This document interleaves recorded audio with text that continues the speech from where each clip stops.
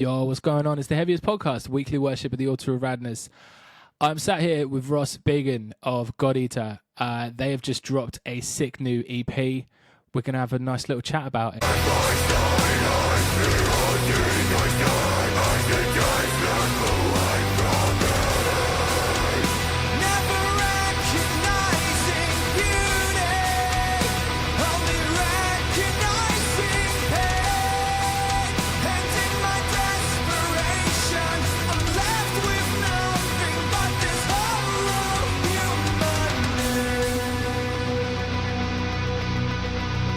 Ross, thank you for joining me once more. How are you, my friend?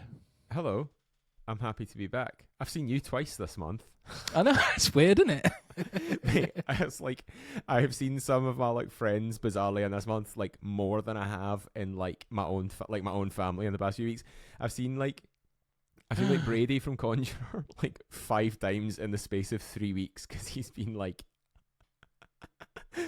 up and down, and I'm just like, oh hey man, how's it going? I've seen you more than my mum.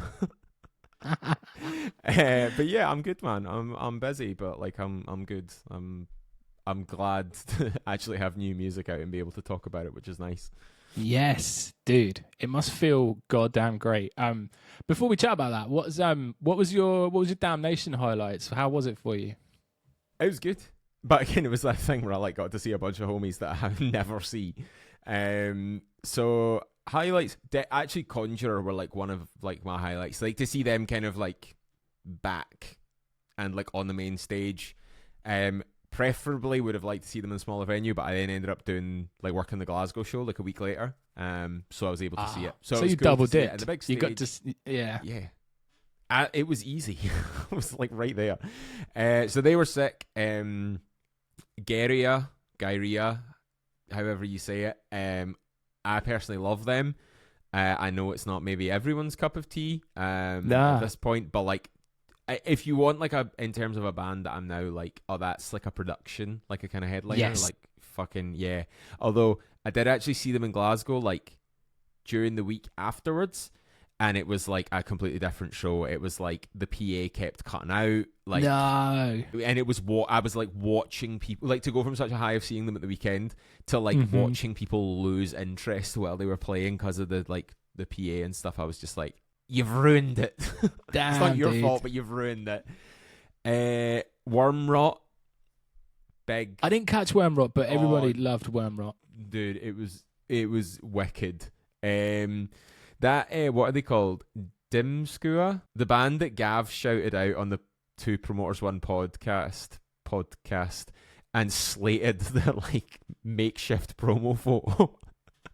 Quite as Gav does, quite brutally. But it kind of just, I think people ended up hearing this record and were just fuck yeah, this is sick. So I so they were playing the festival in the end, so I went to see them, and I was just the record's great, but do you know that way I'm I don't think they've ever really played shows. They might have done one or two here and there, but how is this really gonna be? And it was fucking awesome. It was so Hell good. Yeah. Then Spectral Wound were pretty good. Spectral Wound was big. I was I was watching Warning at that point, and I caught the back end of that. I left them to go and get in place for Warning. Sorry. Aye.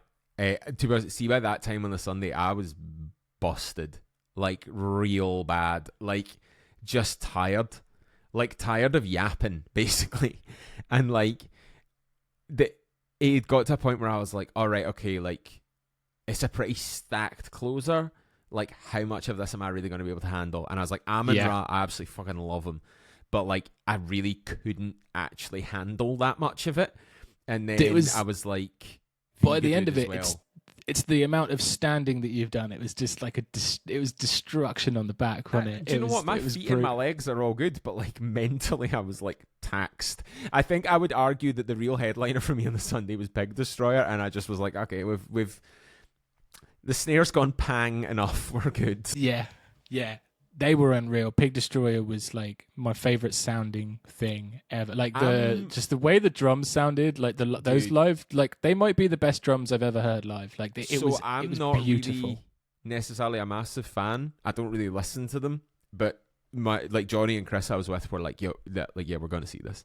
So I was like, fuck yeah, like we'll go and see it. And within about 30 seconds, I was like, this is the best thing I have ever heard in my entire life. Like his kit, I was just like, this guy is like the, like in a sort of inebriated moment, I was like, this is the greatest drummer on planet Earth. Yeah, like, it was wild. I'm so glad you thought the same. I was completely I've tried sober. to come home and listen to them and just been like, I don't really know if I enjoy this. Yeah, you got to jump around because there's some crazy stuff. Like you got to like, obviously they've got so many records that like they all have these different flavors and stuff. Like I don't know. Also, just as from a production standpoint, like the live production, I was like, this is like a record to me. Like this is what I want to listen to, like on a record. This like theoretically, someone like fucking Scott Atkins could have mixed this and it would be buzzing. But then I went to listen to the record and obviously it's grind, so it objectively sounds not very good. And I was like, I kind of miss that. Like, actually, in a way, you're like, oh, the record's cool, but like, man, I saw them live and it was so much better. I'm now you get to be that guy. Well, yeah. That's pretty sick. I miss that so much now because I feel like so many people want. I can't remember if we talked about this before, but so many people hear the record now and go and see it live, and they're like, it's not as good. Or like, or like they want. Is that it? Like, modern production's like, so good that venues like, are actually worse now. Yeah, basically. Or like, I don't know. I don't really know.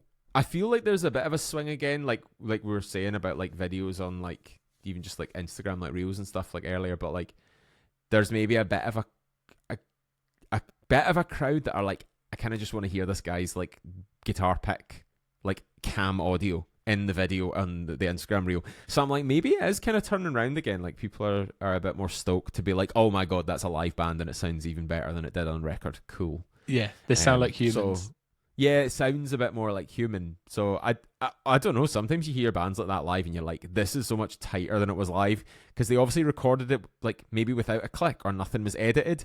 They've played it for 20 years, so it's gonna be better.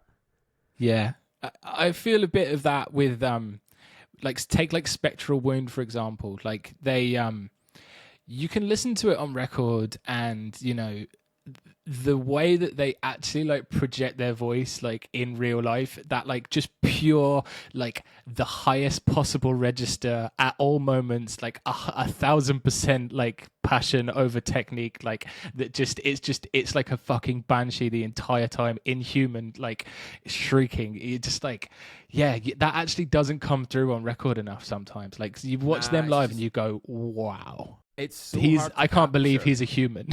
Yeah, it's so hard to capture though, and that's why I think so many times like I'm always like now like I want to make these demos like as good as possible because there is a likelihood usually in either the vocal department or like the atmospheric sort of guitar droney sort of department that you just can't get again. You did it in the moment, it worked, and you're like, oh god, like that's the one we're gonna have to use. So you hope it's of a high enough quality that like it's fine. The other highlight for me, I have to say, is Death Heaven. Oh, just mate. To go back to that. Yeah. I saw Death Heaven just off the back of Sunbather in like a tiny, tiny, tiny little venue in Glasgow. And it's like one of the best shows I've ever seen. Like, crazy.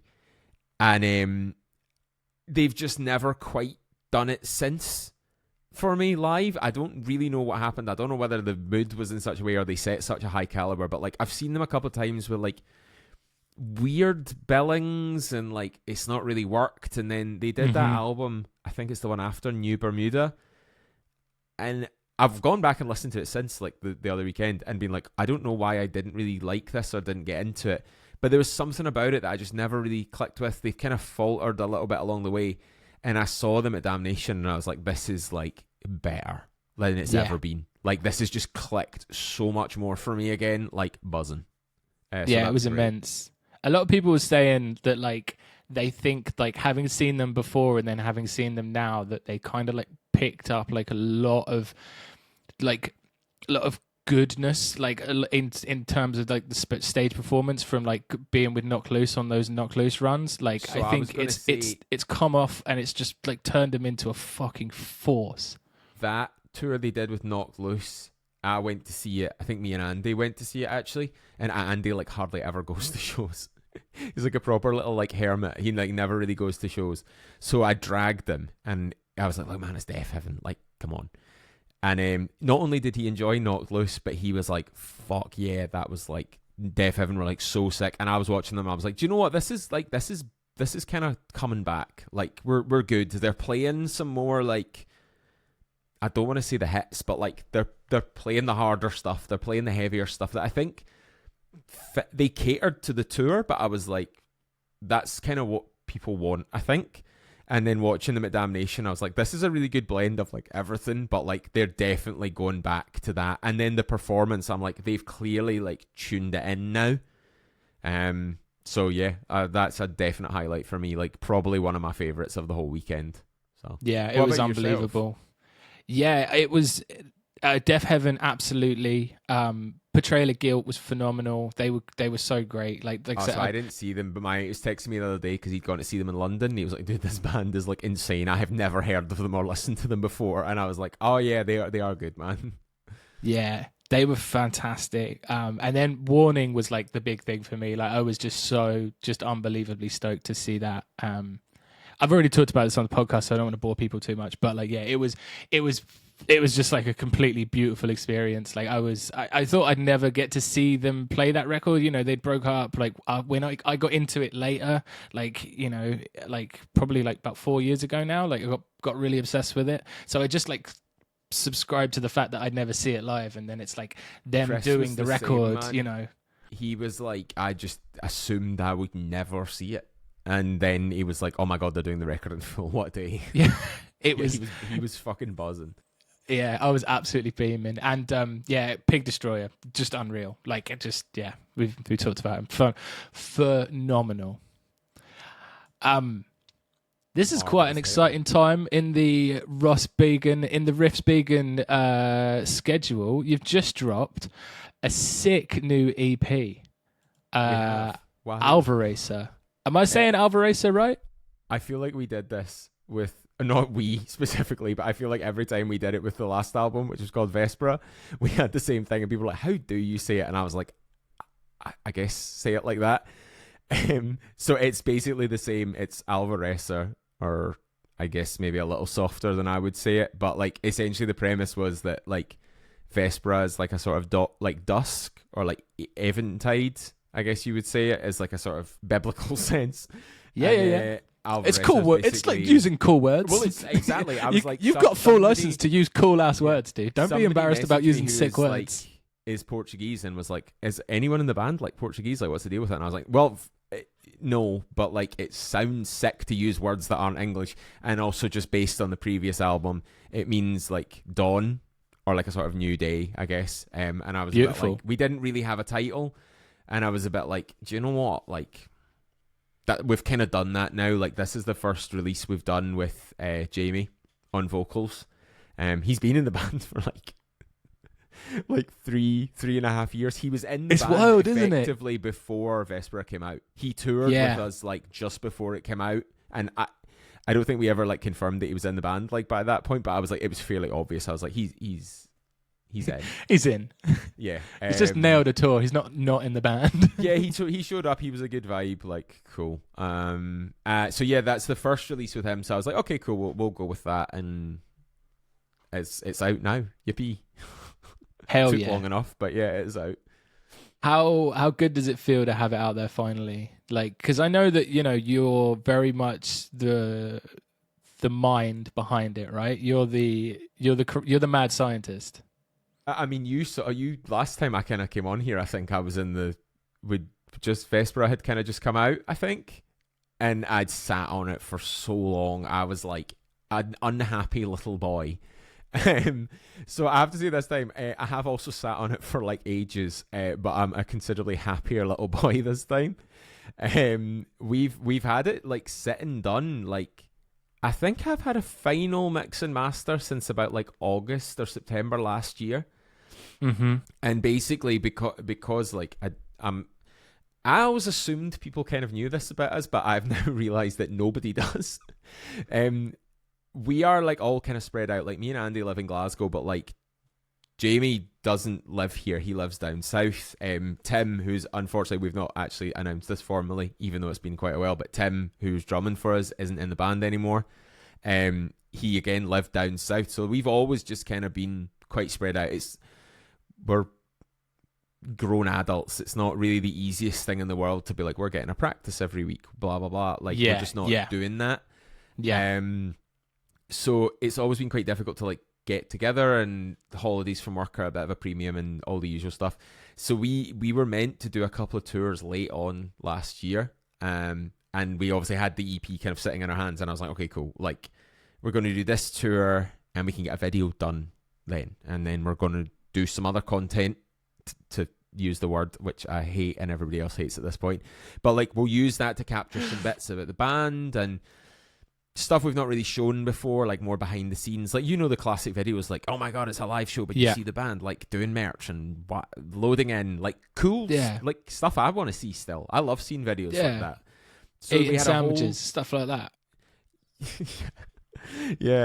So we had a whole kind of thing like in theory planned out, and then for one reason or another the tours kind of didn't really happen. Right. Ultimately someone's fault, our fault, who knows at this point, like just different reasons for different things. And then at that point I was like, fuck, like that's everything gone. Like we'd had a bit of a year off to kind of regroup a little and that bit. Tour was going to be sort of your ramp into releasing the EP. Like it was going to we were going to do it because at that point we were like, everybody's doing singles, so we're going to do like we're going to do 8 singles, tracks, but it's like we're going to do 8 singles. We're going to break every song in 2 and do it like that. But I was like, we'll do 4 singles, 4 videos, great. And then it was gone, and I just like, again, because I'd like basically kept the band together and rebuilt it already, I was just having a like fucking like L after L. This is meant to be good. This is meant to be back. And it took me like until about like sometime in the middle of this year, even after we'd done the video, to be a bit like, right, we need a date here. Like again, like unfortunately, like everybody's involved, but like the ball is kind of in my court sometimes to be like, let's get to work. And if I'm not feeling it for any reason, like it's like all over. So I had to have a bit of a like, no, we're just doing this date now and we're doing it and we're sticking with it, and that's that. And to be honest, man, it's been good. Like I built the socials back up a little bit. We've had a lot of like, there's obviously been a bit of a regression, quote unquote, in like who it's maybe reaching or who's maybe listening or who's paying attention or whatever. But like, it feels good to just get it out regardless of who's listening and who's not. But I had a lot of people hit me up, just even directly, not even to the band, just be like, dude, I am so like happy to see that out and that you're still doing stuff and the band's still blah blah, like what's next, what's happening, blah blah. So like even just mates who normally wouldn't really necessarily reach out to me on like a week to week basis, like kind of hitting me up and being like, yeah, fuck yeah, like thank Hell you. Thanks for coming back. There's also a guy in my Reddit DMs earlier who I've not replied to, who's really nice. But he has asked me, like, why an EP? Why have you not done an album? And I feel like I need to go back to him and be like, bro, I have written one. Yeah. He's like, got 3 albums. Yeah. I don't have 3. I didn't write 3. But, like, I do have another. Well, that's the thing, because we've had so much time off. And I was like, the one thing I actually, like, again, we were talking about earlier, like, you lose a bit of weight. Like, you get bogged down in thumbnails and optimum times. It's the whole bullshit around the thing. Like it used to be just like doing the thing, and now your job is doing the everything apart from the thing. Actually, apparently the actual thing itself is of little value to anyone, and it's all the other bits around the thing. It's fucking to do all the other. Dude, I was in like such a. I guess actually now that I think about it, like such a bad place with it, like mentally, and I was like, do you know what? Like fuck it, man. Like I'll just write it. Like, look, I'm not getting any younger. Well, I'm not. I'm 36 years old in a couple of weeks. Like 36. Again, it's fine. We'd be musing to like. You got no. You're not as great as me though. So you're doing great. Yeah, I've done a couple of albums in the past few years though. It's coming in. Yeah. I don't know. I just had a bit of a like, right, I'll just write a record then, and then we'll have it there. And if we use it, great. If we don't, well, I did it, and it's sitting there. So hopefully get that out. Hopefully it's not too long. Again, as ever, a lineup situation is changing is never great, but like we've had a really good homie of forever. Graham, he's been like, out of all the people I've met in music, he's like just one of those people that's like been there like for like 15 years or something. Like we've been homies. He was like, I don't think he's able to really do the touring thing, but he was like, can I do the video? Like, I've never done a music video before. Like, hell yeah. Could I? And I was obviously like, yeah, fuck yeah, dude. Like, we'll make it work. And then we were about like, oh, could we maybe do some shows and see how it feels? And again, I don't really know how that'll go in terms of the touring and whatever, but like we're doing a couple of shows in January, just Scotland, Glasgow and Edinburgh, which we've not done in fucking... We've not done Glasgow since summer 2023.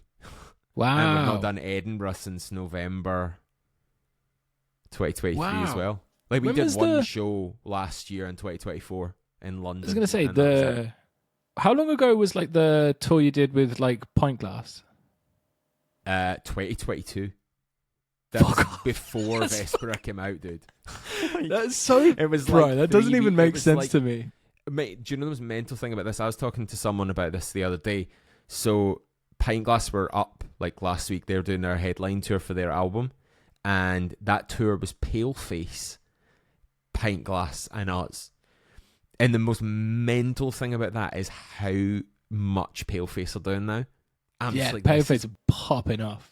I'm like, what? Like, fair enough. Like, I guess they've ticked the boxes, and that is what the... Do you need more fishnet tank tops? I actually feel really bad about this, but like we rocked up to that tour, and their vocalist like Zelly rocked up, and I just went to Andy like, fucking hell, there's Swiss Josh, because it just looked like Josh from like Europe in another band.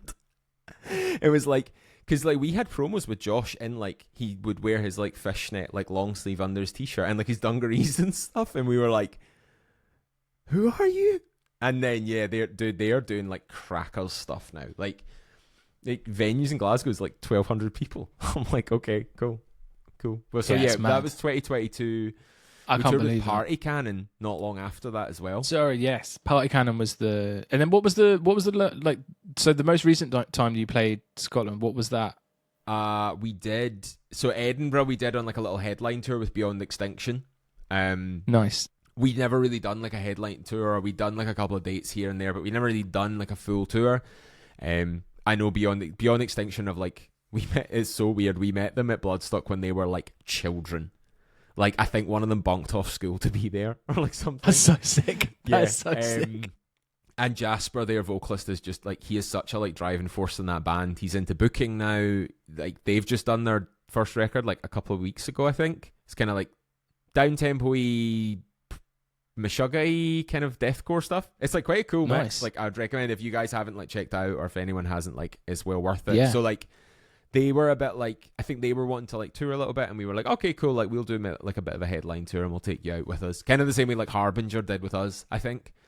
So yeah, we did Edinburgh on that, and the last time we played Glasgow before that was with Chelsea Grin and Kubla Khan, and we were like the local support. Like we were able to do it. Like hell yeah. It was just, it had lined up. We did Tech Fest. Mate, that was so long ago. I remember that. I went to Chelsea Grin and Kubla Khan. I know it because I bought the hat there, and I feel like I've had that hat for 10 years. It's obviously not 10 years, but it's like, it has to be like 6 years. And the most mental thing is I'm going to see Chelsea Grin tomorrow, and I saw Kubla Khan at the start of the year playing to like a venue quadruple the size of the one we played a few years ago. Like, again, another band that's just like, popped off. So yeah, that's the last time we did Glasgow. Again, a very confusing experience for anybody who's come to see us, because we have a vocalist that is not Scottish. People assume, perhaps rightly or wrongly, that like we're on the tour, which we were not. We were just doing like the festival and the date. And then people speak to me at merch and they're like, wait, where are you from? And I'm like, I'm right here. I live 20 minutes down the road from this venue. Here, like, and they're like, what? But so I've now realised that people don't realise we're actually Scottish, or like the band is technically based here, even though we're like all over.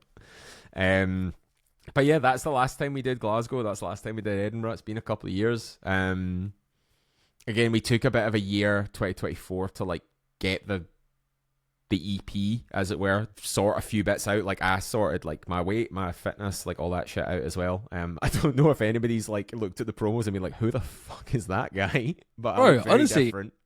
You just shred it up, dude. You'd fucking like. I feel like you've really put the work in, bro. Honestly, you're a bloody hunk. Like, oh, thanks, you too. You're my salt and pepper king. That's how I like, introduce you to people. Yeah, I've lost like. I mean, I was too light. Like, there's a point about 2024, like September, October. I was like, I think I was 12 just waved stone. out. I was 12 stone, dude, and I'd gone down in a year from like 17 or something. I was too light. Like I was all veiny and just skinny, and I've had all sorts of issues with that, like for my entire life, man. But like, I've like, I guess like not beefed up a little bit, but I've put like a little bit back on. I've filled my face is like a little more like a normal face shape. You don't look like the Machinist. Yeah, mate. I think some people thought I was close to that, and I was like, how light did he get for that? Because I have no idea. I tell people how light I got to, and then they're like, "There's no way," and I'm like, "That I was 78 kilograms at the lightest point, like last year." Which is just mental. 173 pounds down to 110 pounds. What is 110 pounds in getting the sums? There's no way I was this light. Oh, it's 49. To be fair. I'm not doing that. I was double that. So I was double that basically. Well, not even double that, but like yeah. So there was that, and Jam had some heart stuff, a few bits and pieces he kind of needed to work on, and then we were, like I say, kind of coming back to like do the pre-release hype up and do all the videos, and then just stuff didn't really work out. But like, again, that's ultimately just being in a band at this point. Like stuff not working out. Like I try not get like, if something's mentioned as it might happen, I just default to it's never going to happen. Like I've just prepare for the worst. Yeah, like not even prepare for the worst. Just assume it's probably not going to happen. And then when it does happen, you're like, well, yippee, yay, good, we did that. Yeah. Like nice. But then to get the like constant like, actually you didn't get that, or you didn't get this, so you didn't that. I'm like, that rags on people so badly, and I've seen it happen. And again, that's the point now where I'm a bit like, I want to just do write music, and if I'm at least fulfilling that part of it, I'm like, anything else on top of that is like a nice little bonus. Like I'm not out here trying to rely on riffs for a job, thankfully. Also, apparently another weird thing, people seem to not really realize that I have a job. Yeah, like, what, you have a job people, and riffs. Yeah, you can't have riffs and a job, bro. I don't know what people think I do for like a job or like work or whatever, but like, yeah, I don't know if I give off like unemployed energy, but I'm very employed. I have a day job and like weird extra stuff like I pick up shifts with and stuff like all the time. So I'm like, cool. He's out there. He's out there grinding. Kinda. The bills need to be paid. I haven't even bought a silly new guitar this year, actually. So I've actually been paying bills. You grind a bit more, you get that guitar. To be honest, I bought one at the end of 2024, which is sat in my... I've got like this little mirrored wardrobe in this room, and it's like the perfect size for like guitar cases, like held upright. And it's sat in the case in there, and I haven't done anything to it yet, and I really need to, but that's also money, so... I had to pay to get an EP out, so I think I can be forgiven for that one. Yeah. Mate, I love the EP. I think it's absolutely sick, bro. I think, like, I remember you sent it over and you were like, it's a bit different. It's a bit vibey. Vibes are up, bro. The vibes are up. Maximized vibe on it. The vibes have been maximized, and I'm putting like drones over everything now. Like, I love it. So many guitar layers on that thing. Like there is like these like playful elements that I feel like that maybe necessarily wouldn't have been there like on the last few records. I feel like especially like the last track, and like I'm wondering as Rivers of Nile sort of like bled into that and like gone, I might have a little bit of a laugh with this. I might have some fun because there's these little licks that like come out in that last track that you're just having fun with it, like taking it for a walk a little bit. there's a couple of versions of songs from each album that have like a goofy bit in them, and the goofy bit has not made the cut. There's a version of The Hatchet from Vespera, like the first single, and after the sort of like repeat of the intro riff, like the halftime version, there's a version of it that starts this mad little polka beat. And I've still got it. I've still got it tabbed out. It just didn't. It was like it really would be like, oh, he's gone. He's listened to Between the Buried and Me and got like right into it, yeah. Which I always have been like. I think they are like, when Between the Buried and Me get it right, they are the band. Just unfortunately, I think a lot of the time there's some stuff to wade through to get to that point now, particularly. But I've always just kind of like talked myself out of it, and I don't know. Then there's like August Burns Red. I feel like do a version of Between the Buried and Me, but it's in a 4.5 minute song, and I'm like, okay, cool. I can.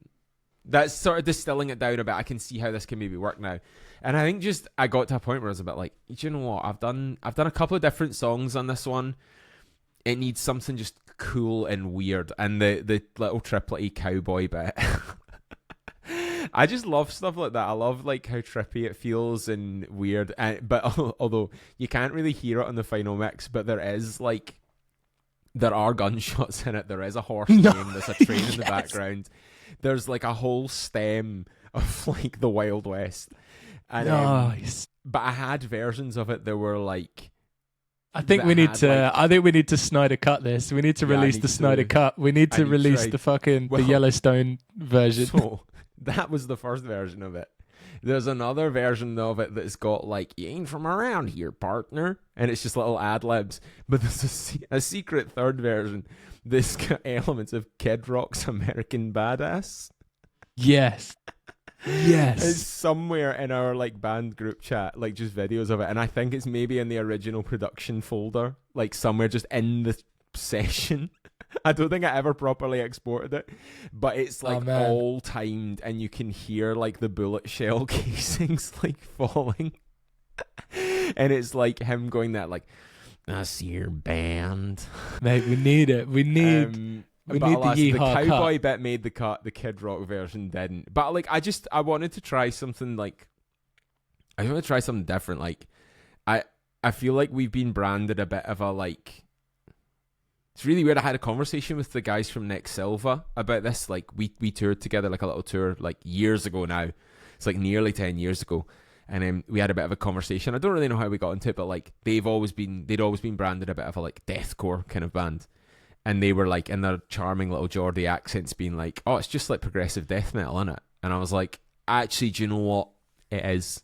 Like, it's so much more than just like a deathcore record. It's so much more than a death metal thing. And I feel like people have always kind of branded us a little bit like technical death metal. And like, it obviously is very technical music, but like, it's distilled over time, and like the focus now is on like the atmosphere, the vibes. That's it, I guess. Yeah, and the songwriting. And it's like, well, we've kind of transcended the idea of being like technical. And I don't think me and Andy are particularly like big, like nerdy guitar players. It's like you know, it's kind of like a school of thought, isn't it? It's like, yes, it comes from a technical death metal sort of approach, but like in execution, there's so much more going on with these, like you say, like this atmospheric and these sort of like these like sort of swings of the music and the sort of melodies that come in, and like, but like at its core, you kind of default to calling it a tech death record because it's like you're not just playing like standard chug riffs. You're like, you know, you're ripping ass, and when you rip ass like that hard, people are just like, oh, it's tech death. Like in my head, it's like, yeah, it's tech death, but like I said, I feel like there's loads more of like a Rivers and Idaho and like a Kardashev kind of vibe on this record, and I love it. It's just Kardashev, you know, people know that you rip, but they want you, like, you want them to make you feel things, like, you know. Yeah, definitely, man. Like, I think that's the thing. Like, I guess we've always been quite a like sort of emotive-y thing, kind of hanging around, but now I'm like, that's what it is. Like, that's it. Yeah, it needs to be ramped up. Like, it's huge. Like, part of the reason I love it and I love making this music is because it's so like atmospheric. Like, I love obviously the big riffers, like obviously like Between the Buried and Me, I've said, Rivers of Nile, love them. Like pre-ordered their first record like on Metal Blade's website. Like I was big into it. Fallujah's another one.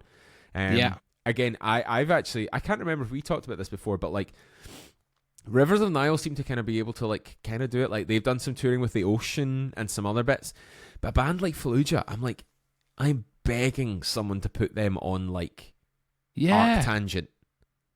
Like I need them to be in like Arctangent or like Fortress Festival or something, because I am like that is a technical death metal band, but the vibe is so ramped up. The black metal influence and the post metal and the post rock influence is so strong in that band that I'm like, I hope they can do that. And I was like, and I mean that's what I want to do now. Like I feel like it's always been there to an extent, but like that's the way the music is for me now. And it's again, it's evolved again because I've obviously written more since, but like it's trying to be like vibey. It's trying to be like more progressive, more forward thinking. Like trying to just, not trying to be different, but like you've only got to follow Ross on Instagram for like 17 minutes before he talks about Der Weg einer Freiheit. Like you know he's on the vibes. Dude. The greatest band of all time, dude.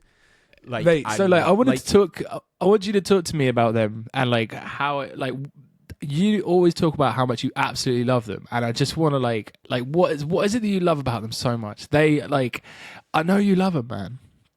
Like why? No, not why. It's just like, what am I not seeing sometimes? I feel like they're like a good like post black metal band. They absolutely are, but like I feel like I'm not listening to them on the right level because like I'm not getting my tits blown off. What is an equivalent band in that style that you like? And did you hear them first? See, the thing is, it was definitely them. It was definitely them after like getting into other post metal bands. That's it. I think that is actually a lot to do with it. So I stumbled across their fucking... Actually, I checked it the other day. So they had an album called, I guess, like Unsteel, which is like not... I don't even think it's their debut. I think it's like their second album. And just before it came out, I found this EP they'd done. I think it's like the year before, but I found the album was coming out and it had like a release date, and I think I'd heard like the single, and then I found the EP and I was just like, fuck yeah.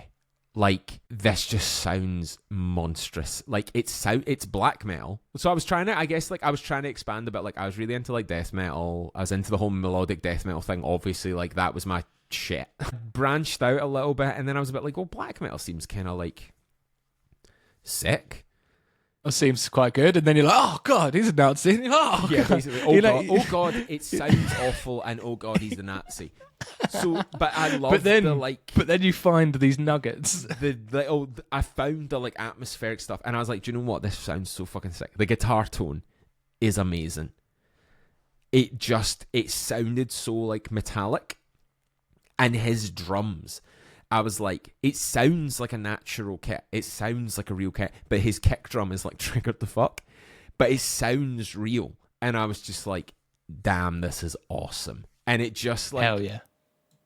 There's a bit on that album, I think it's maybe the last song. They have a really bad habit of this, and it's my only gripe with them, is that the second last song on the album is the last song.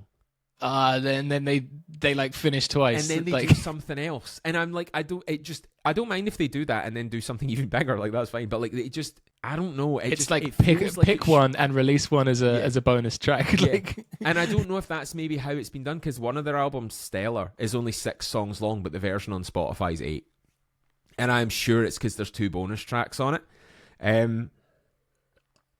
So basically, I think I found them, and I was like, production check, vibe check, Nazi check, tick, tick, tick, tick, tick. Fucking brilliant. Yeah. And then they did that the next album, Stellar, which I think is probably my favourite.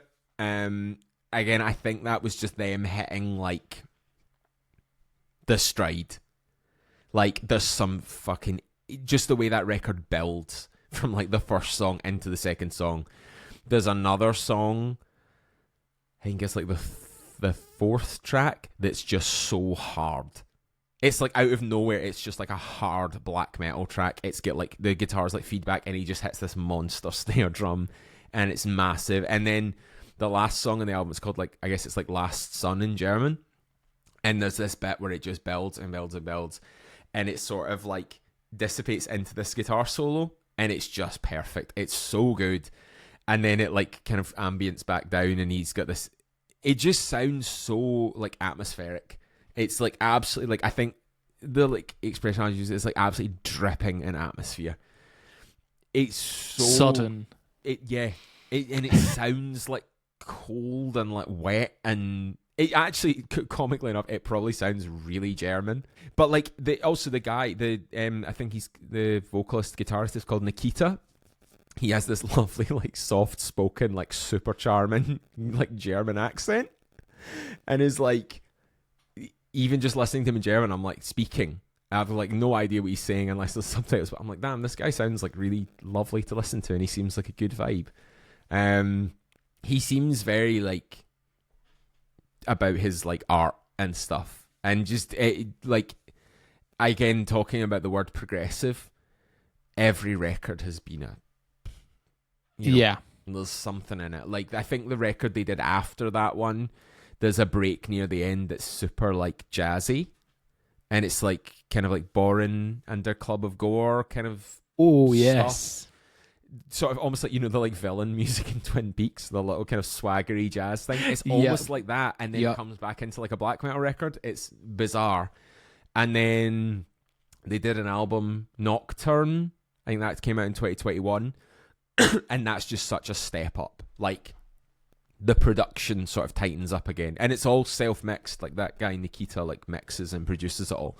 But I believe that's sick as hell. Again, we were talking about earlier, like in terms of doing a live record, they recorded that live at the same. Obviously, it's like recorded individually in tracks, but like they recorded it in the studio to the click at the same time. And I'm cool. Like, that's fucking crazy. There's a 360 video of them recording the song, like on YouTube somewhere. That's so sick.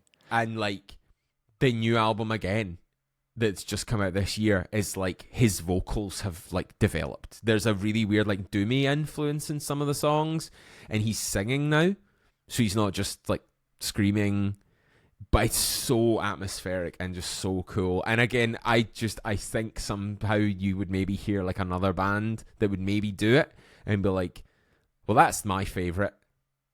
And it's just about sort of like who you heard first or what. I think that's why like you get into like conversations with people like, well, my favorite album's this or my favorite album's that. And it's like, what one did you hear first? Yeah. And it's the one that clicked for you is the one. So, yeah. What other bands would you say have like sort of peppered influence into Alvorecer? Fallujah was definitely a big one. Again, I think I heard like there's that album of theirs that came out in 2019, I think. The one everybody hates, I actually really like. Is it Ultraviolet or something? Yeah, I'm just looking up because I can't. Weird little record, really vibey. The blue one, right? No, Undying Dreamless. Light. Yeah. And Ultraviolet, I think, is the single. So I know so many people just do not like that record, and I'm like, it's fucking great. It's cool. It's like maybe not as riffy or like as tech deathy or whatever, but like it's vibey. So that for sure. Like I definitely feel like they've crept in a lot. Obviously, the Rivers of Nile kind of thing.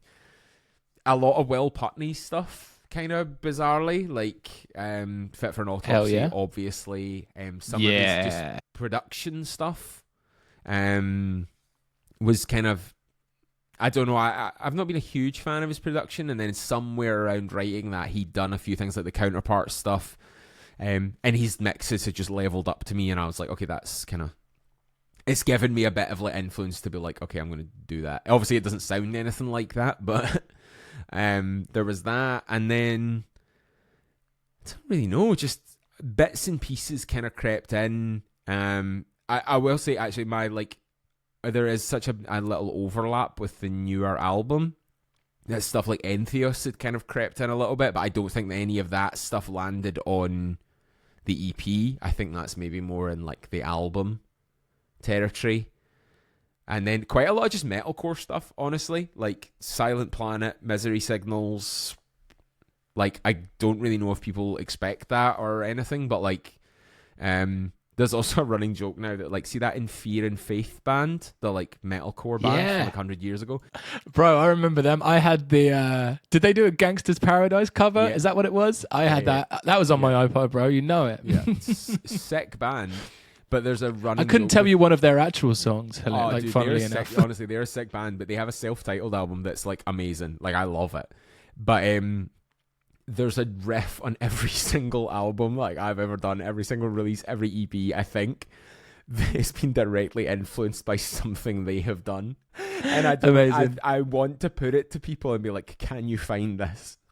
Because if you can you Where's Wally it? Yeah, can you Where's Wally it in the middle of the EP or the album and tell me which it is, and if you get it right, like, you'll get a free t-shirt or something. But like, I don't think enough people like them or know them. That's so funny. It's a win for us because we don't have to give anything away. But like, yeah. So that is kind of like, yeah, a lot of kind of like deathcore stuff, I guess, but like more in the like, I don't know, probably not actually more of the deathcore stuff because I've kind of not really into that as much now. But yeah, the sort of black gazy, modern black metal stuff, some of the more metalcore stuff, some of the more progressive stuff now, kind of just a bit of a melting pot, really, nice. as it ever was. But I feel like it really focused in on like those 4 songs, and I was like, yeah, this is cool, like we're good here, like we'll do these. How did having the new vocalist, he's got a fucking fantastic range, mate, like he's got like, bro, what? That's wild, isn't it? That's like when you see those dudes that are like ripped as hell and they have like body confidence issues, and I'm like, bro, what's up? I think he knows it, but like doesn't really like. I think we had a bit of a conversation about like, obviously the way like quite a lot of it's very drawn out on the EP. Like there's that breakdown on Enveloping Grey, I think it is. Again, the titles, I'm like, I think that's song 3. That I just know them from where they are in the file rather than the names. But yeah, there's a really long drawn out breakdown in the middle of that, and it's got so much space. And I think there was very like, he was a bit like, well, I guess people just like flex vocally over that now. And I was like, please don't, let's not do that, because it doesn't really work. Yeah, this is like, what was he going like? This is where you break glass on the goblin mode, like. Yeah, but he was like, I don't really want to do it, but I feel like there's an expectation to do that, and I was like, nah, we're not about that, man. That's cool. Like, the vibes are up there. We don't need that. We're good. Yeah, it was so refreshing to do, like that. And again, he was in, well, he's still in Argent Dawn. Like they've just announced they're doing a show with Harriet in Swindon. Yo. So he's very much from the same like era of like music and like heavy stuff that I get into. Like we share a lot of like that kind of vibe. And yeah, in terms of range, like knocked it out the park. But again, I was a bit like, can we please do that? Because like I'm all about the big vocal production. So can we do that? And I think it was a bit much for him, like in terms of the recording, but like it was cool, and it definitely.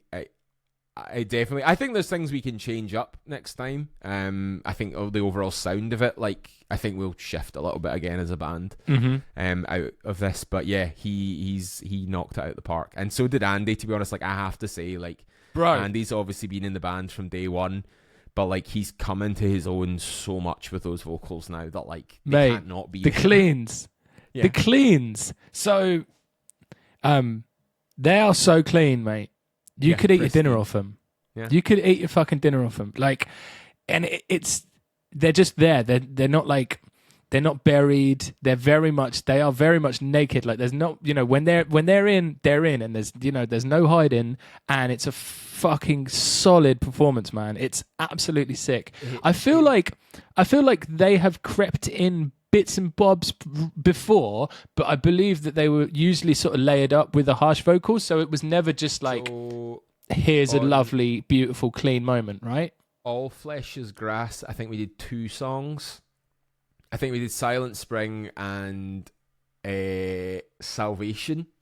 He did them, but again, it was layered up with Josh, but like very much with the premise that like, it was to be built on. And then unfortunately on You Are No Exception and A Pale Shadow, because we were so limited on space and time and who could be there and who couldn't be there, there's elements of them, but it never really got the full kind of vocal treatment that I think it maybe needed or deserved.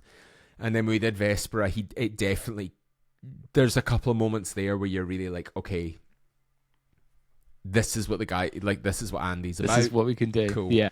And now it's like, people comment on it like so much that it has to be there. But in terms of it being like really pristine, like, I will be honest, I had him doing like, I get really mad into like the guy who produced like, in unhinged little lore.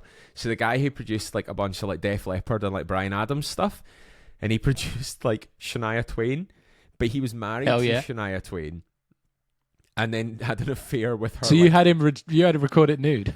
Yeah, but like the guy had like an affair with Shania Twain's best friend, and then Shania Twain has ended up with her ex-best friend's ex-husband now.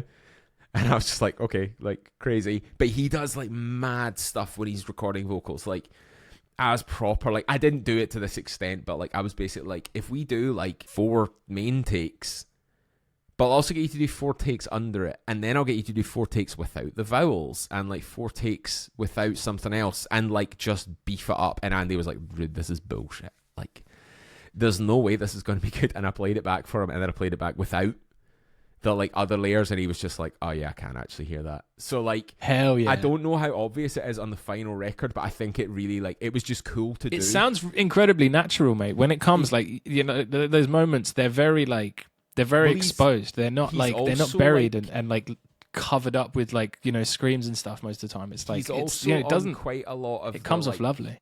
Well, he's also on quite a lot of the pad sort of sounds, like the keyboard sounds. Like, he doubled up quite a lot of them just by going like, ah. And we would just be like, well, that's the keyboard chord. Can you do 1 and 2, like 2 notes out of that? And then the shift and do that. So he's kind of there, like, in all those big sections. He's in the bed. Yeah, basically. Even when he's like singing the lead vocal, he is still in the mix, in the background, just doing the atmospheric parts. Like, he absolutely bossed it. Like, amazing. He doesn't necessarily write like guitar or anything like that. It's all very much me, but like, he's been really able to come into his own in the vocal department. Did some writing. That must be in that regard as well this time. Like, it was really cool. It was a different experience, but it was very cool. It must be great, man. Like, you know, hearing this and like, you know, understanding like where you've been, like, and where you are with these guys. Like, you know, you've got like some really super capable dudes that have just fucking smashed it out the park on this one, and it just makes me really excited to like hear this next record of yours. Like, you know, because, you know, just having that artillery there to be like, this is maybe what we could have tried to do before, but now I know that we can just do it. Well, that's kind of the thing, and I think like, actually I'm seeing the print you've got behind you, the Blood Incantation one. So like, I saw them a couple of weeks ago. Insane theatre show. It's great, wasn't it? Yeah, I went to the London date. But they were talking about, like, I don't know if you've watched the documentary they did about the album. No, I didn't watch it actually. Dude, it's on you. So I think you can buy it on a Blu-ray. I was really annoyed actually. I was going to buy the vinyl and be like, oh fuck yeah, I'll get the DVD with it. And then they're like, oh yeah, it's on the Blu-ray and you get the CD with it, which I think is a bit weird and whack. But the whole thing's on YouTube. It's in like 5 parts. It's a great watch. Like, you just get a sense of how sort of enthusiastic they are and how lucky they sort of feel doing it, and the producer they worked with, and just, it's really good. But there's one bit they talk about it and they're like, there's an element of Absolute Elsewhere that like we tried to put in on Hidden History and it just didn't work. Like, we weren't ready for it and we kept it off and we reworked it and blah, blah. And I was like, I think there's something really to be like said for bands doing that. Like, it's not really working on this one. We'll keep it for the next one, and we'll aim to, I want to do this on the next one. And like, I guess that's how you stay fresh. Like, I don't know, like, even doing this, like doing the EP, I was like, I want to do 4 songs. Mate, like, yes, they all fit together, but like, I want them to be like, they could just be 4 individual songs. And the new one, I'm a bit more like, well, I want to do something a bit more like ambitious, like progressive. Like, there's maybe, I wanted to do like, one of the things years ago when I first kind of not started this band, but I was in another, I guess the sort of precursor to this band, it was always very fast, and we were like, oh, we'd love to do like some slower songs. Like the idea of like slow technical death metal was such a novelty, and I was like, yeah. Like I want to do like a groover. Yeah. Like, and it was so weird at that time, whereas now I'm like, I actually feel like we've accomplished that. So I'm like, that was an idea. And then I've always wanted to incorporate like an acoustic somewhere. Like I'm not an acoustic player. I hate playing it, but I love the sound of it. So I'm obviously going to be like, Andy, could you come over and do that? Because you'll do it better. But it didn't really work on this one. But the next one, I'm a bit like, okay, I'm locking in on that. I'm doing it. Like, it's happening. So it's just That's having great. that, like, thinking that and trying to keep the band moving and evolving. And, like, not being afraid to revisit things you've done before, but, like, change them. Like, I don't know, there's a couple of riffs on that first record that I'm like, oh, yeah, that's a sick riff, but, like, it could be better if I did this. And then sort of, like, not copying and pasting the riff over, but taking the idea, taking the vibe of it and being like, okay, we're not cutting the last beat off at this time. We'll do it in 4. It'll be better. And just doing it like that, I don't know. I think that's such an important thing. And I worry sometimes that bands aren't getting enough time to do that because it's like, you got to have your record in 2 years. And you've got to tour 9 to 12 months of that and also work a job. Like, I don't know. I'm hoping we've at least garnered a bit of like DIY ethic that we can do that. But again, I'm hoping more bands do it because again, like, if you're churning out records that quickly, you're not getting the time. You're not getting the time to sit on the ideas or to just sit there and be creative and like and like when you know that you have to the have so many tracks over by a certain amount of time, you're not like necessarily being able to be as experimental as you'd like to be. It's mad. Like sense. Even in terms of writing, like when I write a record, I'm like, that's the record. Here it is. Here's your 8 songs. I've not written any more, and I will not be writing any more, and I'll not be writing any less. Like, here it is. Whereas I bumped into a mate today on my way to work, and he's like, bro, I've written, like, we've just done an album, and there's 10 songs on it, but, like, I wrote, like, 25, and we whittled it down. And I was just like, I don't know how you're doing that. Like, I couldn't do that. If an idea even feels remotely, like, obviously there's a degree of flexibility within an album where you're a bit like, that sounds kind of similar, but, like, we can make it work. But, like, I don't know. If I was writing 25 songs in the space of a year, like, I think at least 19 of them would probably sound the same. So, that reminds me of, like, I think when AFI did Sing the Sorrow, they had, like, 100 songs, and it ended up being, like, that many. I'm like, man, I'm coming home from work at, like, if I go to the gym, 7, basically. And then I've got to make dinner, and then I have, at most, like, maybe 2 or 3 hours, and then, like... I've got, like, my girlfriend, like, I want to see her, and, like, I should probably go and see my mum and dad, or, like, I want to go to a show. Like, what? And then you're trying to, like, obviously you need a bit of sacrifice sometimes to, like, well, I need to knuckle down and work on this, but, like, I suppose it's different when it's your job, but I genuinely don't think I could sit here 7 days a week, or 5 days a week, 9 to 5, and churn out songs. Like, I just don't think I don't think the music is easy to do like that. Like, I don't think the music in itself works like that.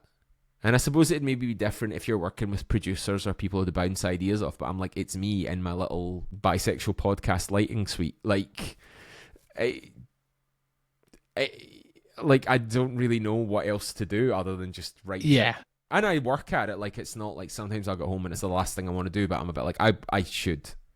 Like, I know that, but, like, I think there are limits to it creatively, and then you need time away from it to be like, is that a good idea? Is it not? Like, you must know this. You, like, record an episode at night, like, that's the fucking sickest episode ever, and go to edit it the next day, and you're like, you talk drivel for an hour and a half.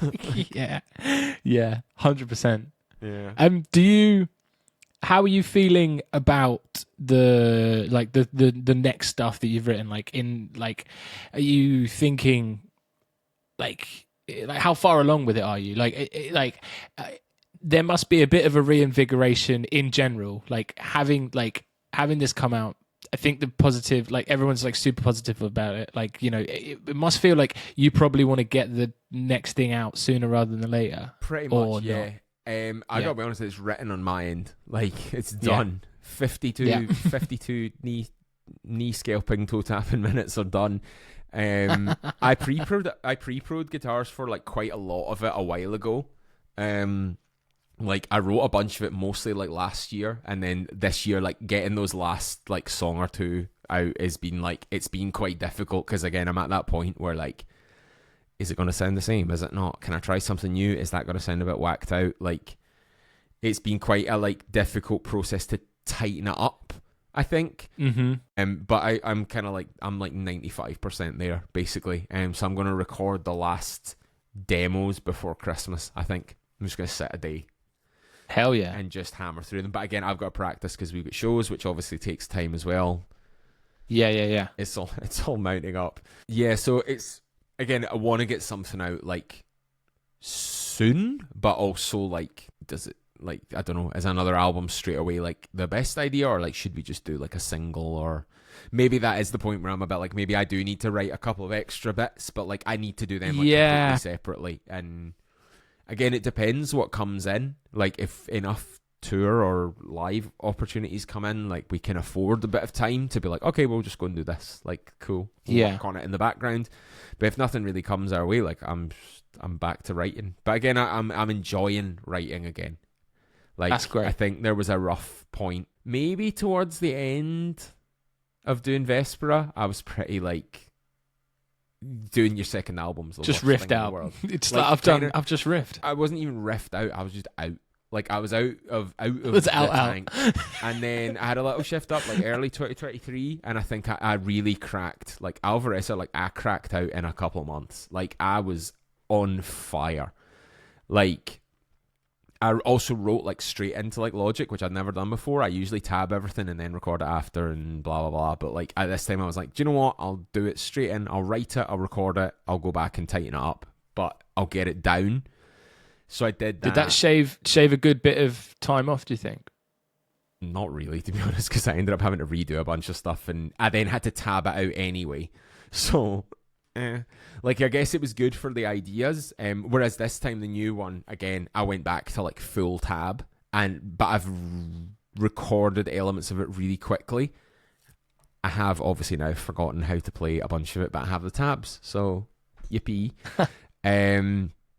But yeah, it was like I was pretty out, and then I had a bit of like rejuvenated and like do the EP, cool. And then I was writing because I was in a pretty good space. I was like, oh yeah, cool. Like we're not really doing much this year. Like I better just write. And then we had a couple of the L's I mentioned earlier, just stuff getting cancelled, and I was like, right, okay. I kind of just want to write music as I was, because that's fun. Yeah, and that's what I enjoy. Before playing live, like that's all I wanted to do. I was like, I'm just gonna write music, cool. And then that I kind of get back into it, and I was really enjoying it. And then again, got to a bit of a roadblock, and just be like, I can't really figure out how to get out of this. Like writing, like the section I'm working on is the section I need to do because I've finished everything else. And you know that way when you've got one little bit and you're like, nothing is coming. Yeah, you need the final puzzle piece. Dude, I sat for like a week, a couple weeks ago, and I was just like every day, I was like, I'm just trying. I'll try something. I'll try something different. I'll try something different. And eventually, how long was the part that you needed? I mean, it was like half a song. But like once I had like the transition, I was like, this is flying out of me. It was like I needed that, and then that's basically what happened. And it's effectively written. I just need to smooth out like some of the transitions and stuff. And then I'll finish recording the pre-production, and then I'll pass it off for vocal, lyrics, whatever. Again, I was a bit more involved in writing lyrics again last time, so I'll probably do it again this time. Nice. I'll see how it feels, but yeah, I'm pretty stoked to get something new out. Because again, I'm like, I look at Alvorecer and I'm like, I think this is probably the best music I've ever written. Like, I really do think, whether people agree with that or not, I think it's the best songs I've ever written. And I think that this album is like tightened that up like again, like I said, it's a bit different again. There's some new stuff that maybe won't work as well, but like I'm pretty stoked on it just now. Like I sit and just listen to it in the gym, like in the demo in my like headphones, and I'm like, fuck yeah, like this is really heavy. Hell yeah, dude. Nah, that's great.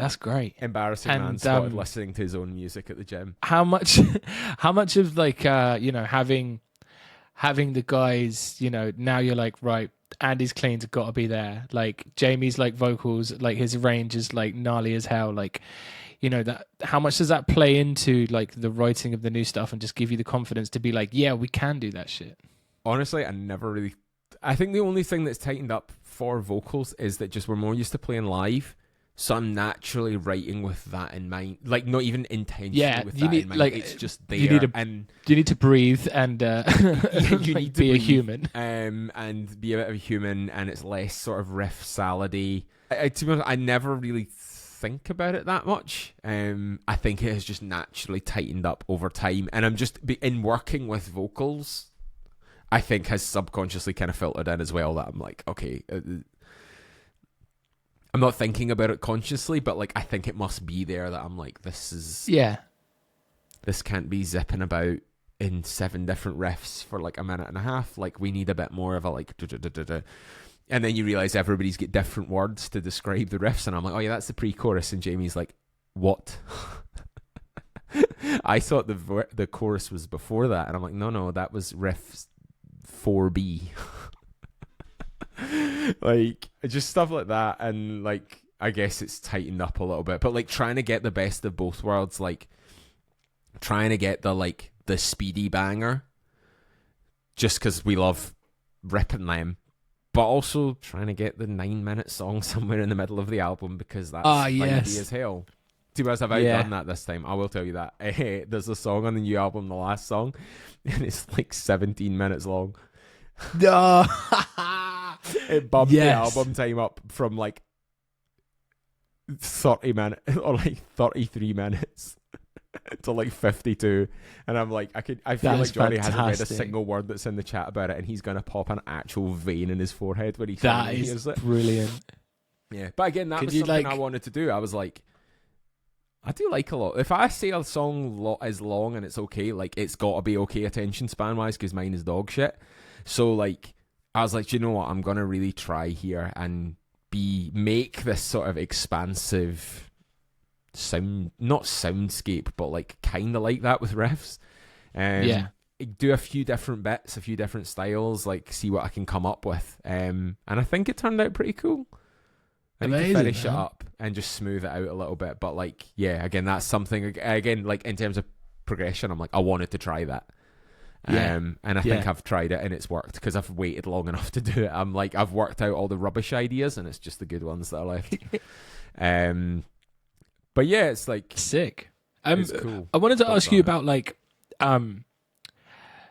the sort of like the releasing like schedule, sort of like this sort of like waterfall releasing type sort of vibe. Like there's a lot of bands that I feel like I don't know the best way for bands at the moment. I don't know if the way that certain bands are doing it when they're like releasing like 8 singles instead of putting out an album, I don't know if that is actually doing them a favor in the long run. Like, what's your like opinions on that? And like, you must have a thought about it already, like how you would like to ideally do your like. Obviously, it's a bit different with an EP because it's like, there's less tracks, so you can't just release all 4 tracks. I mean, sometimes people do. They'll like release 3 of the 4 tracks for the EP. We released the 1 track and then the whole thing. We were originally going to do it as the 4 singles and the 4 videos, and then because it's been so long, we were like, fuck it. But to be honest, we nearly dropped it on the same day as the single. Right. Like, what's harder than that? Yeah, that is hard. We're not getting editorial anymore. It's not happening. We're not getting an editorial on Spotify. We're not getting on Deezer. We're not getting on Apple Music. And I just accepted that because, like, it's just not happening. We're not in that place anymore. We're not really working with the same team in that sense to maybe make that happen. That's cool. I'd rather it just went out and we dropped it, and if people heard it, great. It's sick. Like, cool. Yeah.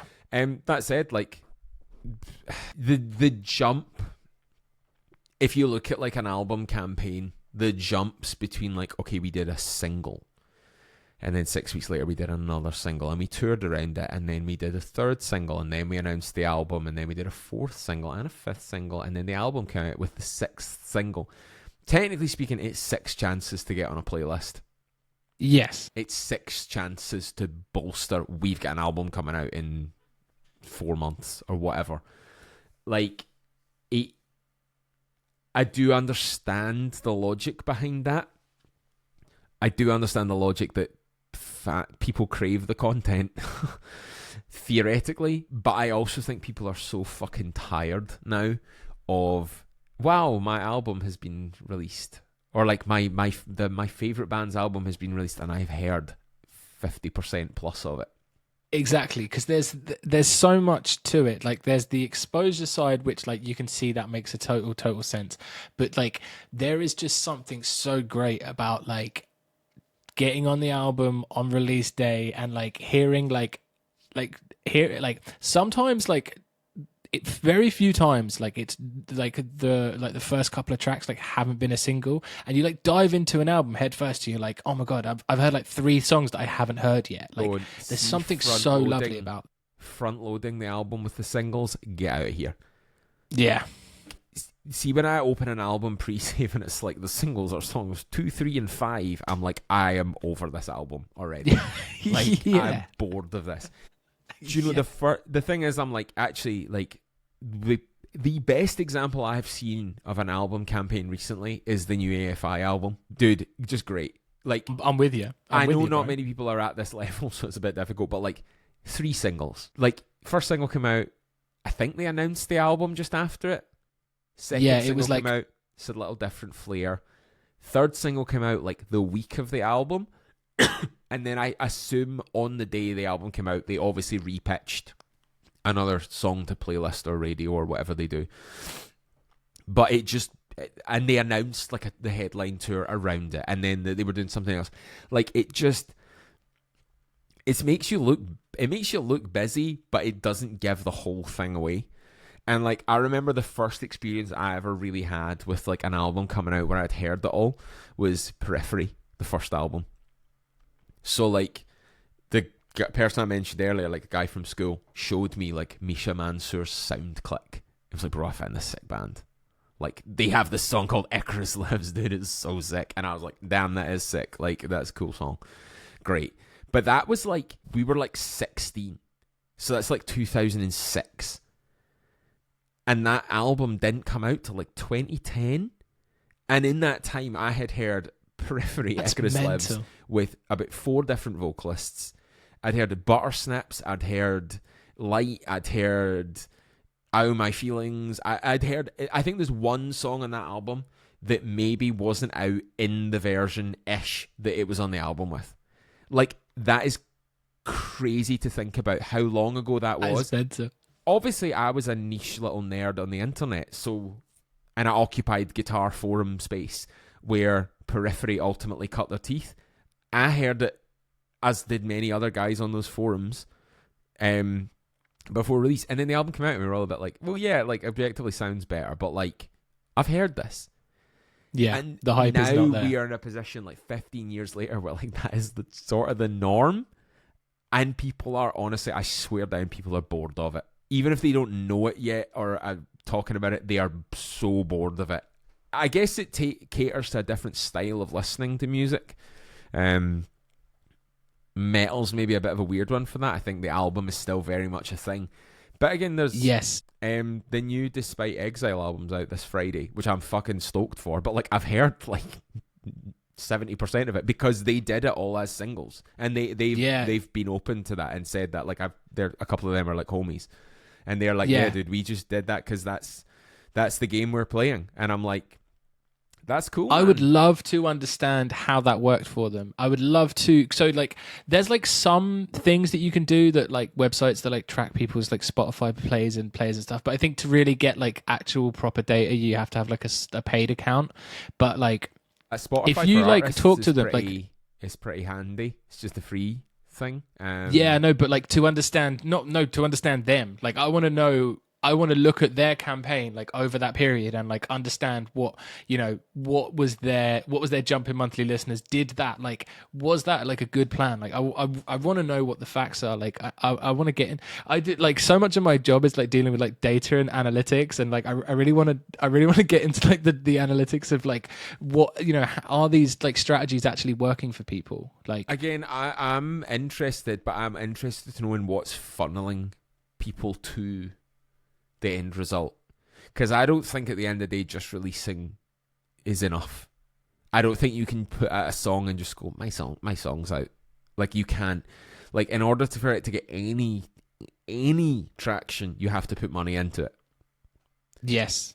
And 100%, yeah. And I won't say argue with people over this. I'm of the opinion that has always been the case. Who has the biggest pocket, who has the deepest pocket, the biggest wallet, whatever, has always been the case. The artists who got to be the biggest were because somebody had the budget to make it happen. They had the spot, they had the connections to make it happen, but they had the budget to make it happen. And like, it's kind of the same now. Like, I'm hearing of bands putting like, oh yeah, we're putting like 4 figures into Facebook ads, and I'm like cool. We're I'll be honest, we're running Facebook ads just now to be like EPs out. Yeah, now. yeah. Obviously, the shows we've got the promoting side of it, they are running ads to shovel that at people. Ideally, you have a budget and you kind of have to work within your budget, but like, it's so whack.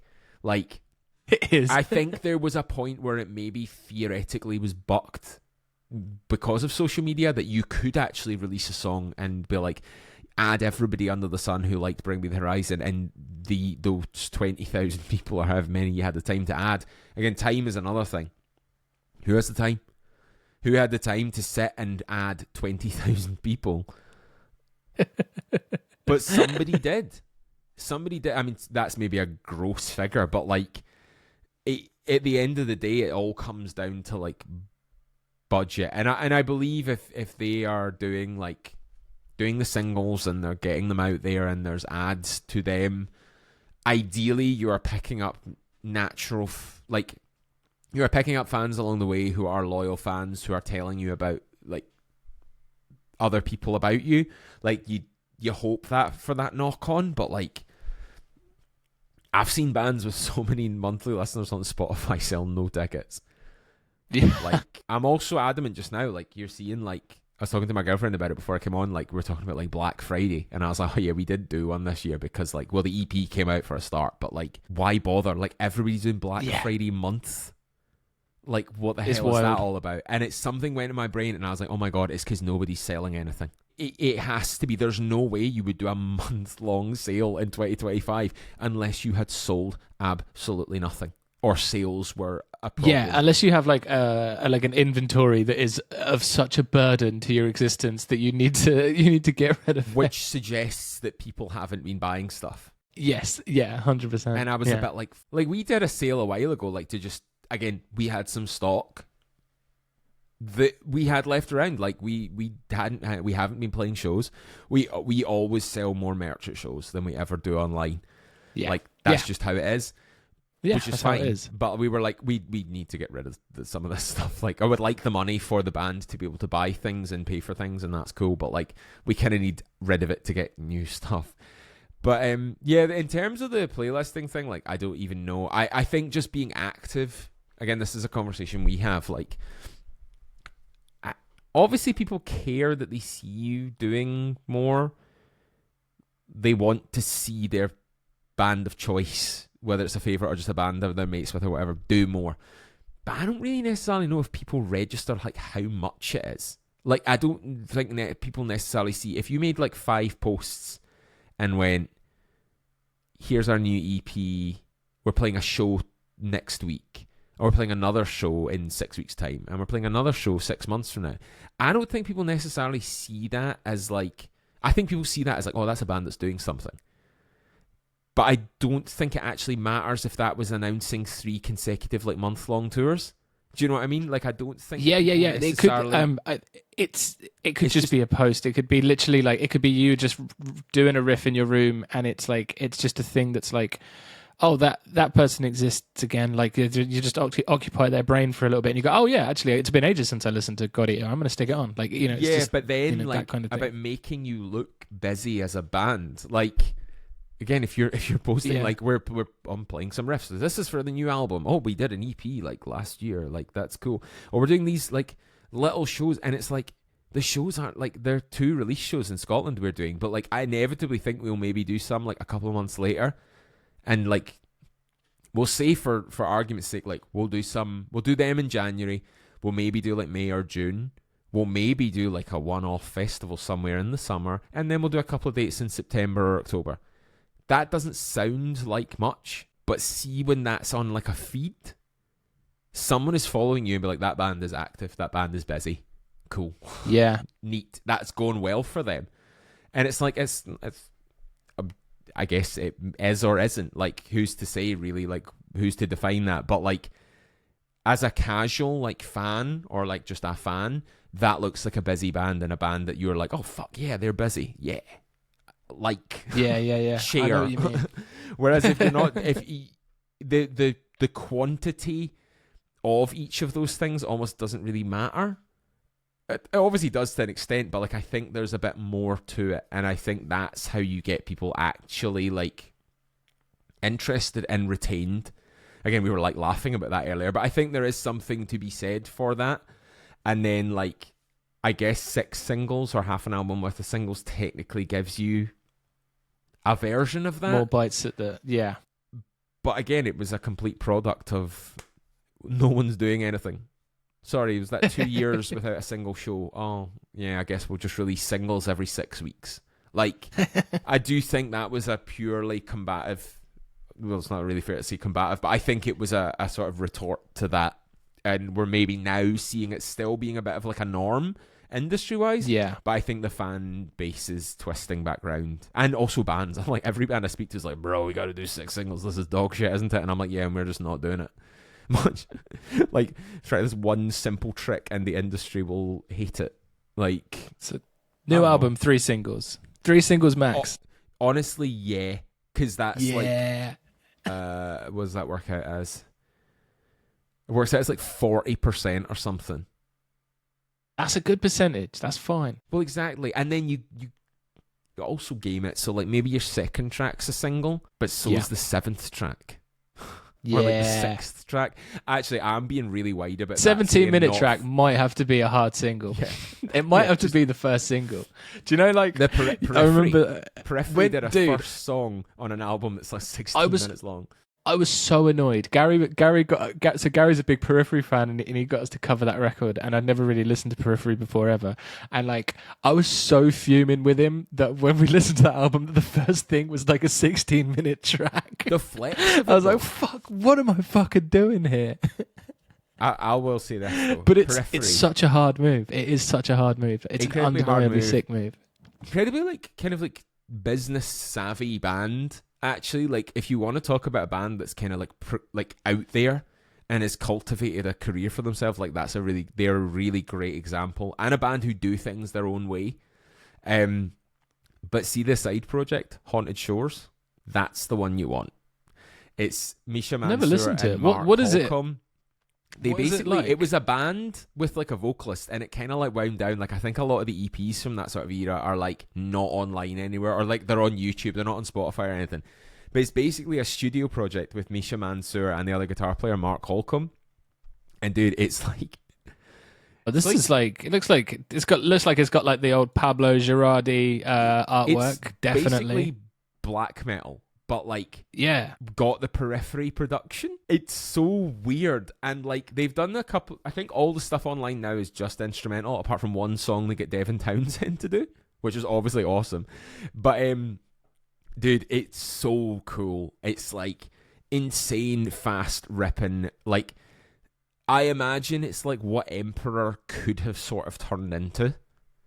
But I guess that's like Isan's sort of solo stuff. But like, I don't know, it's just so cool. It just rips so hard, and it like, there's a real nice like groove to it, and they do some weird little like ambient-y sort of stuff, like bits and pieces as well. It's really cool.